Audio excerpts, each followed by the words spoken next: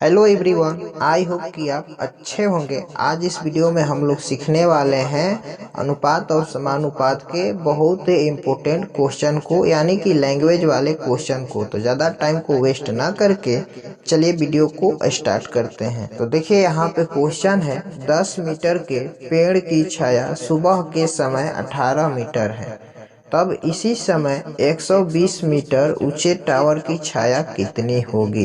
ठीक है, ये क्वेश्चन बहुत इंपॉर्टेंट है क्योंकि ऐसे सब क्वेश्चन एग्जाम में आपको बहुत सारे देखने को मिलते हैं।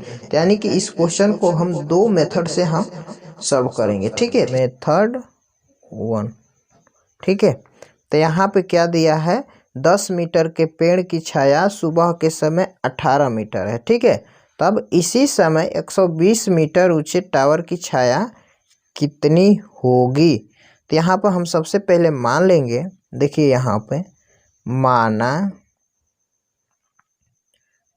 पेड़ की ऊंचाई बराबर x मीटर व पेड़ की छाया बराबर y मीटर।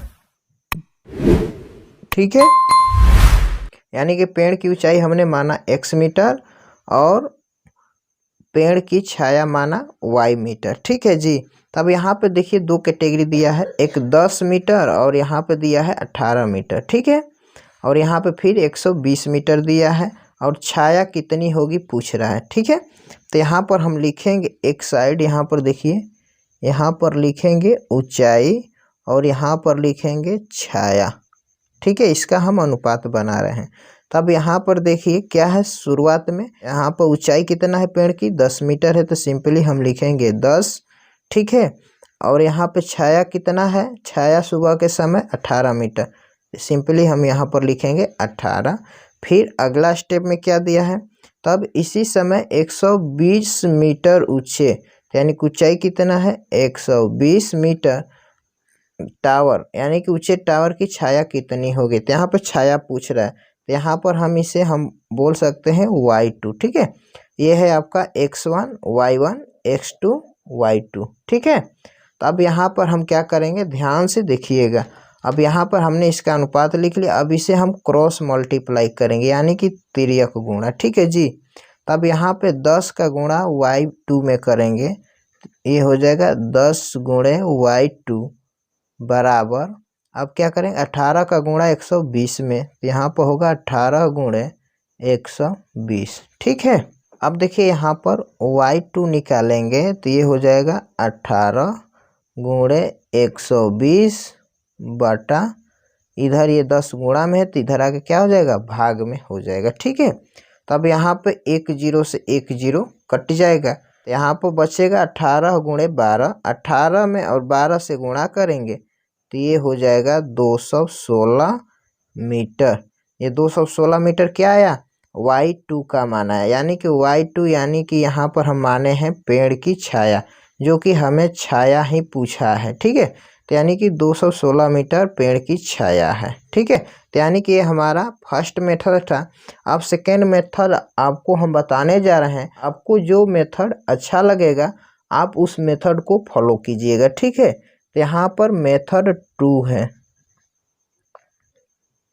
ध्यान से देखिएगा। ठीक है, तो यहाँ पर एक फार्मूला होता है x1 अनुपात x2 समानुपात y1 अनुपात y2। ठीक है जी, ये क्या है, ये एक फार्मूला है अनुपात और समानुपात वाला। ठीक है, तो यहाँ पे जो शुरू वाला पद होता है उसे हम x1 बोलते हैं, तो यानी कि 10 मीटर। तो यहाँ पर लिखेंगे 10 रेशियो x2, यानी कि 2 नंबर पे क्या है 18, तो यहाँ पर लिखेंगे 18।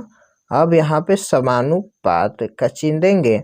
अब उसके बाद क्या है, तब इसी समय 120 मीटर, फिर क्या है 120, तो सिंपली हम यहाँ पर लिखेंगे y1 का मान 120 अनुपात y2, अब नहीं दिया है, देखिए यहाँ पे छाया पूछ रहा है, तो यानी कि y2 नहीं दिया है तो इसे y2 ही लिखेंगे। ठीक है, अब देखिए मेन इम्पोर्टेंट, अब यहाँ पर क्या करना है, तो अब यहाँ पे जो बाहरी वाला है उसे हम बाहरी वाले में गुणा करेंगे, जो अंदर वाला है उसे अंदर वाले में गुणा करेंगे।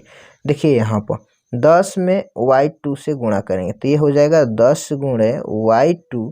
अब समानुपात के जगह पे हम लिखेंगे बराबर। समानुपात का मतलब होता है बराबर, यानी कि बराबर बराबर भागों में बांटना। ठीक है, तो अब इसमें गुणा करेंगे, यानी कि 18 गुणे 120। ठीक है जी। अब देखिए हमें निकालना क्या है, हमें निकालना है y2 का मान।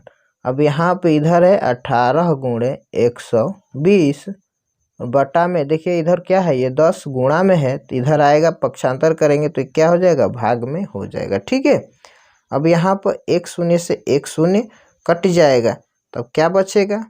अब यहाँ पे y2 बराबर 18 गुणे 12 बचा, यानी कि 18 में हम 12 से गुणा करेंगे तो ये आएगा 216 मीटर, जो कि ये छाया की ऊंचाई है। पहला क्वेश्चन समझ में आ गया। चलिए चलते हैं अब सेकेंड क्वेश्चन की तरफ। सेकेंड क्वेश्चन है, यदि एक स्कूटर 3 लीटर पेट्रोल में 96 किलोमीटर चलता है तो 320 किलोमीटर चलने के लिए इसे कितने पेट्रोल की आवश्यकता होगी।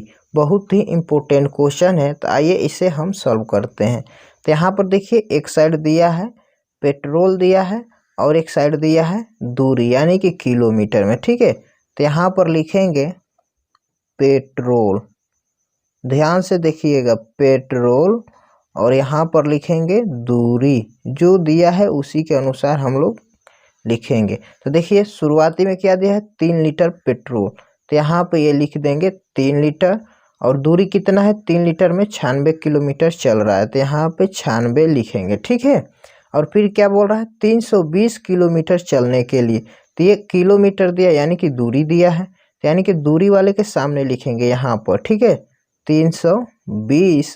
अब यहाँ पे क्या पूछ रहा है, इसे कितने पेट्रोल की आवश्यकता होगी, तो यहाँ पर पेट्रोल निकालना है। तो यहाँ पर ये होता है x1 y1, यहाँ पर x2 ये y2, तो यहाँ पर x2 नहीं दिया हुआ है तो यहाँ पर x2 लिख देंगे। ठीक है, अब यहाँ पर हम क्या करेंगे, ध्यान से देखिएगा। अब यहाँ पर हम करेंगे क्रॉस मल्टीप्लाई।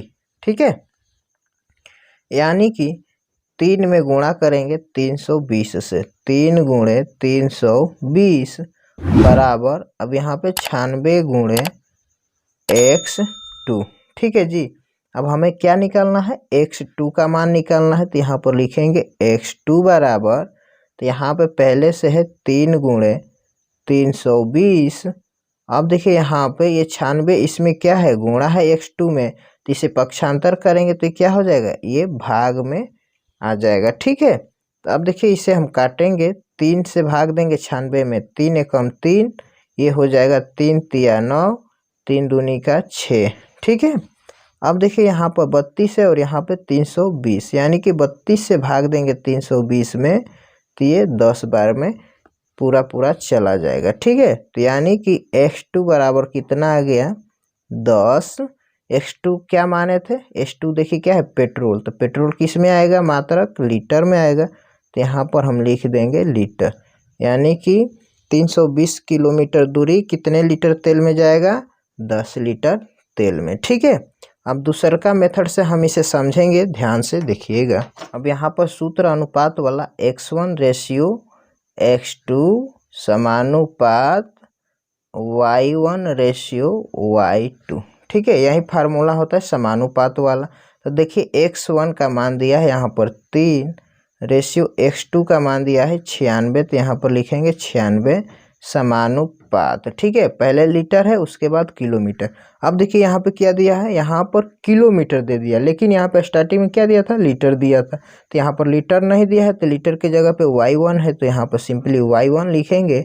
अनुपात y2 का मान ये दिया है 320, तो सिंपली लिखेंगे 320। ठीक है, अब क्या करेंगे, हमने बताया था जो बाहर वाला अंक है उसे बाहर वाला में गुणा करेंगे, जो अंदर वाला अंक है उसे अंदर वाला में गुणा करेंगे। ठीक है, तो अब देखिए यहाँ पे 3 में गुणा करेंगे 320 से, 3 गुणे 320। अब समानुपात के जगह पर हम बराबर का साइन देंगे। ठीक है, बराबर का साइन देंगे।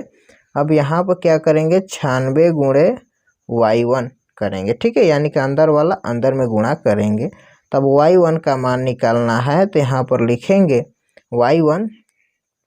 अब देखिए यहाँ पे y1 में ये गुणा में है तो पक्षांतर करेंगे तो क्या हो जाएगा भाग में, और ये वाला जो भाग है ये तो ऊपर पहले से है। ठीक है, अब इसे करेंगे काट कूट।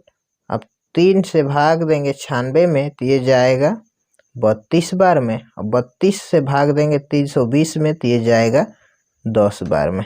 ठीक है जी, कितने बार में जाएगा 10 बार में जाएगा। तब यहाँ से हमारा y1 का मान निकल कर आ गया कितना 10 लीटर, जो कि इस क्वेश्चन का राइट आंसर हो गया। आई होप कि ये दोनों क्वेश्चन आपको बहुत अच्छा से समझ में आया होगा। अगर नहीं भी समझ में आया तो वीडियो को 1 से 2 बार पॉज करके फिर से देख लीजिए। हमें उम्मीद है कि आपको बहुत अच्छा से समझ में आ जाएगा। ठीक है, आपको मैंने 2 मेथड बताया, आपको जो भी अच्छा लगे उस मेथड को आप फॉलो कीजिए। ठीक है, अगर आपको ये वीडियो अच्छा लगा हो तो वीडियो को लाइक कर दीजिए। चैनल पर आप पहली बार हैं तो चैनल को सब्सक्राइब कर दीजिए और बेल का आइकन को ऑल पर प्रेस कर दीजिए, ताकि इसी से रिलेटेड और सारी नई वीडियो आपको मिलती रहे। तब तक के लिए बहुत बहुत धन्यवाद।